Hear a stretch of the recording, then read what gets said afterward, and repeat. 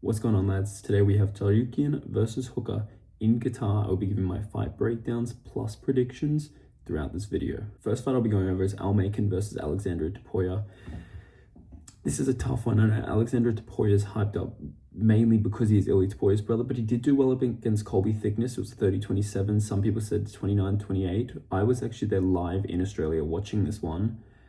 This is a tough one. Almakhan actually dropped Umar in the first round in their fight, made it to a competitive decision. Umar did win eventually, but he's just levels above Colby Thickness, in my opinion, especially after Colby's last fight that he did win, but it just wasn't very impressive. So I am going to give it to Aleksandre Topuria because I do believe he would. It's been about 8 months, 9 months since his last fight, and I believe he would have leveled up, especially training with Ilya. I know a lot of people, he's Ilya's brother, he's going to be a champion. I don't know if he's going to be a champion. He hasn't shown that yet, but it will be a good fight. I think I'm going to go 29-28 Aleksandre Topuria, but I think it'll be a close one. It may be a split decision, but yeah, I'm going to go split decision 29-28 to Aleksandre Topuria for this one. Next, we have Alex Perez versus Almabayev. I mean, Alex Perez is a punching bag at flyweight. He's not. Maybe a few years ago, yeah, you could see a close matchup, but I mean, Almabayev, he had a close fight with Manel Cap. Not really close, but when you take into account the amount of eye pokes that Manel Cap did put in there, it can question the TKO stoppage. It was a little bit early, but it can question how that fight may have changed if he didn't get eye poked. But I think I'm going to go Almabayev by submission in the second round. His grappling's good, so I do see it getting to the ground. Alex Perez does have good ground game once he's on the ground, a bit of good submission defense, but he's a bit of a striker, and these days his chin just isn't the same. He's not the same fighter he used to be, so I do see Almabayev winning by submission in the second or third in the later half of the round. Maybe he could get a TKO early, but his hands aren't the best, so I am going by submission. Now I'm going further up on the main card. I'm mainly going over the main exciting fights. Here we have Tagir Ulanbekov versus Horiguchi. I don't even need to predict this one. Horiguchi has not fought in the UFC since 2016. Tagir Ulanbekov has been fighting the UFC for a while, and he's decently active. I know these Russian Dagestanis aren't usually active. He's not crazy active, but he's not below average, so he's active. He's an active fighter, and he's been fighting the best. The UFC fighters are better than any other promotion in the world, and he's been fighting the best. He's got a good striking, good ground game. He's pretty well rounded. And I mean, I've never seen Horiguchi fight. I watched a few of his fights in the regional scene recently, some of his regional recent fights, but Tagir's been fighting UFC fighters. He's been fighting the best, so I am going to pick Tagir, and I believe he would be a large favorite. There's nothing here, but I believe he'll be a large favorite over Horiguchi, so I am going to pick Tagir, but this one's just a blind pick, to be honest. And now we have the best fight on the card, Shamil the Blob Gaziev versus Serghei Spivac. I mean, I think I'm going to have to go with Serghei Spivac. I just think his ground game's too good, and I'm clearly fucking joking. We're going with Shamil the Blob Gaziev. Shamil the Meal Deal Gaziev, the future champ. He's on the title walk. Shamil Gaziev is going to get this done by however he wants. In all seriousness, this is a close fight. Shamil versus Spivac. Shamil's got the power. Spivac has the wrestling. I mean, if you watch the Rosenstrike fight, Shamil does not have wrestling. You watch about 20 seconds in, I believe it was 30 seconds in the first round, you'll see him headbutt a fence going for a takedown. So I think Shamil, but it could have been a game plan, you know. Now people are expecting him to headbutt the fence. As he goes in head first, they're expecting that. So they're a bit worried when they go to the fence. I mean, if Shamil's head hits the fence, it might collapse and it might be a no contest. So maybe they're trying to move around and not stay stagnant on the fence, and Shamil likes that because they can tire them out. Shamil is an amazing fighter. I mean, I train with him. I usually go to Russia and me and him do it. I usually help him out with training camps. I actually just got back. That's why I haven't done a video for a bit. So we've been doing this camp together. And, you know, he's got some tricks up his sleeve, man. He's a crafty fighter. Some may call him a crafty vet, Lucas Tracy MMA. But honestly, it's a close fight. I'm going to go with Shamil Gaziev by KO. But this is a very biased pick because obviously I train with Shamil. So it's extremely biased. But, you know, I've seen him in there. Me and him spar. Give him a good run for his money. So Jack Hermansson versus Orolbai. I didn't know Jack Hermansson was still living, to be honest. I thought he died. I mean, after the Gregory Rodriguez fight, I thought he was dead. It was, you know, how headshot dead Leon Edwards? That's kind of how I felt. I thought he was dead. I did not know he would still be alive, and he is risking his health fighting right now. There is no need for him to fight unless he's broke. But, I mean, just look at him. You look at him and you look at Orolbai. Orolbai looks like he's a samurai. Hermansson looks like he's ready to get slept again. But Hermansson is much bigger. He is naturally much bigger than Orolbai, but Hermansson is going down in weight class. So lighter man skill Orolbai, heavier man skill. I think I am going to go with Orolbai, especially after the KO that Hermansson just took. Oroblai's got great striking and he is very durable. If you watch the fight on UFC 308, he is extremely durable and he's an up-and-comer. Jack Hermansson's on his way out. He's going for the cash. He's moving down in weight class. He's going to be chinnier. I just think Oroblai's going to get it done. I think he is going to KO him or get very close to. He might rock him, drop him, but Hermansson is extremely crafty. He actually is a crafty vet. We saw in the Joe Pyfer fight.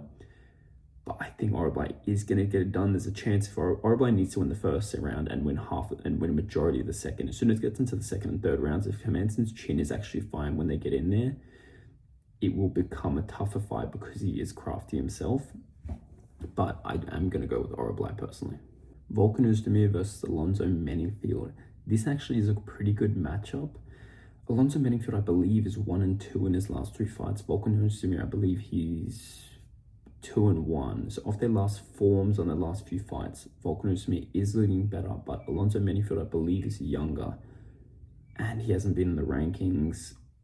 Oezdemir, I mean, Alonzo Menifield lost to Carlos Ulberg by decision. There's no shame in that because Ulberg can slow a fight down to the slowest thing you've ever fucking seen. It'll be the boring fight ever, but he will win. He knows how to win a tit-for-tat battle.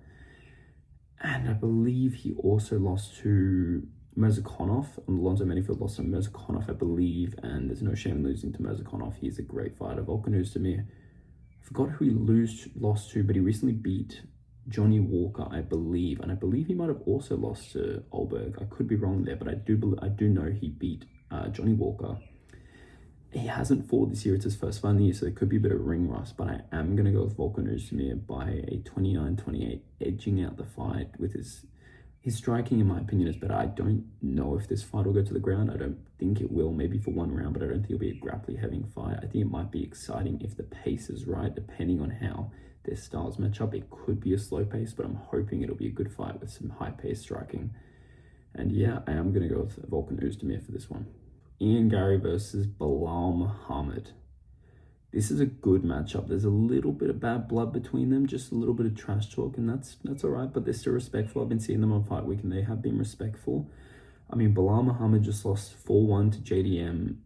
JDM, I don't even want to talk about it, just lost 5-0 to Islam Makhachev, so there is levels. Ian Garry just beat Carlos Prates in his last fight in April.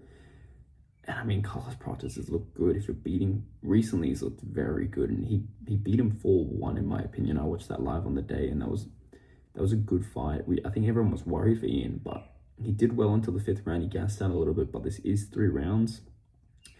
Ian Garry trains with Charles Oliveira, the GOAT.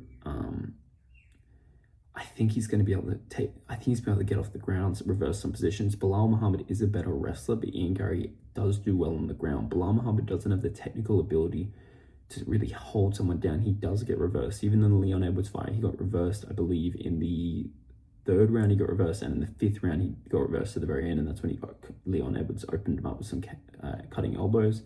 That's not a very good look, especially with how Leon Edwards is performing recently, but I think Ian Garry is going to get it done, in my opinion. I think it might actually be a little bit of a snooze fest. Ian Garry looked really good in his last fight, but before that, his strikes weren't hitting as hard. He didn't have, when you look at his strikes, they were throwing and they were landing, but they just weren't significant. Like in his last fight, he was landing some good shots, and there was some that were cracking Carlos Prates, and you go, oh, he's still standing from that. I mean, Belal's got some hands, but I think Ian Garry's reach, what's the reach advantage here? Because I think it might be, yeah, it's not as bad as I thought, but there is a reach advantage for Ian Garry, and I think Ian Garry might be able to keep it on the outside, piece him up. I think he will get taken down. I think it will be a 29-28 Ian Garry, but he says he's going to carry on, but he says he's going to KO everybody and takes them to a decision, but I mean, if we're talking about decisions, Belal Muhammad's in the fight and he's the king of it. So I do think Ian Garry's going to get it done. I think he's going to stay on the outside. I think he might defend 2 takedowns, get taken down twice, maybe 1 round he stays on the ground for the last 3 minutes, and the other time he gets up and reverses the position, lands some damage, go for a submission. I think he is still improving. I think Belal Muhammad, though, is not improving anymore. He may show me wrong, but I don't believe he's improving, especially with just his last few performances. He looks good, but he's a one-sided coin. He's not an amazing striker. He can throw something, but there's just no heat on it. He's not going to crack you. And I think Ian Garry's going to, I think he's going to survive it. We've only seen Ian Garry wobbled once, I believe, and I think he'll make it. I think Ian Garry by decision, 29-28. Close fight. It could be a 30-27. Maybe Ian Garry shows up and it's just levels. If he shows up like he did against Carlos Prates, I can see it. I don't think Ian should shoot, and I think Ian should stay low and stay on the outside, and he will win this. Now for the main event, Arman Tsarukyan versus Dan Hooker. Arman Tsarukyan is a little bitch. Arman Tsarukyan punched a crowd. Now for the main event, Arman Tsarukyan versus Dan Hooker. I want to pick Dan Hooker just because I fucking hate Arman Tsarukyan. He is an absolute loser. I mean, who punches a fan in the crowd at UFC 300? There's something wrong with you if you're doing that. They're the ones who's supporting you. I don't want to get into a rant of it, but I am going to go with Arman Tsarukyan. I want Dan Hooker to get done. He can show that he's improved. He looked good against Mateusz Gamrot, and that's quite impressive because Mateusz Gamrot beat Arman Tsarukyan. Very close fight. I scored it for Gamrot because I don't like Tsarukyan, but if I'm being honest, the whole community believes Tsarukyan won, and I'm probably extremely biased against him, and I'm a Charles fan, and I don't even need this anymore, but I think Arman Tsarukyan is just going to get it to the ground, and I just think he's going to wear him out. I mean, Dan is one of those guys I can see, if it gets into the 4th and the 5th, I could see him laying hands on Arman, but I just don't know if it will. I think Arman has a chance. Arman's got some great ground and pound, might be the best ground and pound in the division. And he's got some good top control. Once he gets on the top and he gets going with his hand and he gets going with knee on belly, he gets going with side control mount, he just can, he sticks to you like glue. It's quite hard to get him off in reverse positions, and he's extremely good in getting into the clinch, getting you to the fence and take you down. And I don't know if Dan Hooker will be able to stay on the outside and outstrike him. This one's a bit similar to Ian versus Belal, but Dan Hooker just isn't as versatile as Ian. He really cannot get it to the ground. He needs to land some big shots, and he needs to stay on the outside. Dan needs to use his front kicks a lot to keep range, but they need to be snappy and quick, so Arman cannot use them. I mean, Arman can strike, but he shouldn't. He should not be striking with Dan Hooker. So I think I'm going to pick Arman Tsarukyan, but I'm really hoping Hooker gets this one done. I am praying that Dan Hooker gets this one done. But, I mean, if Arman gets it done, it means it's Ilya versus Arman, and Ilya can sleep Arman, finally, which would be extremely exciting for me. But I do think I'm going to go with Arman Tsarukyan. That is my breakdown for Arman Tsarukyan versus Dan Hooker.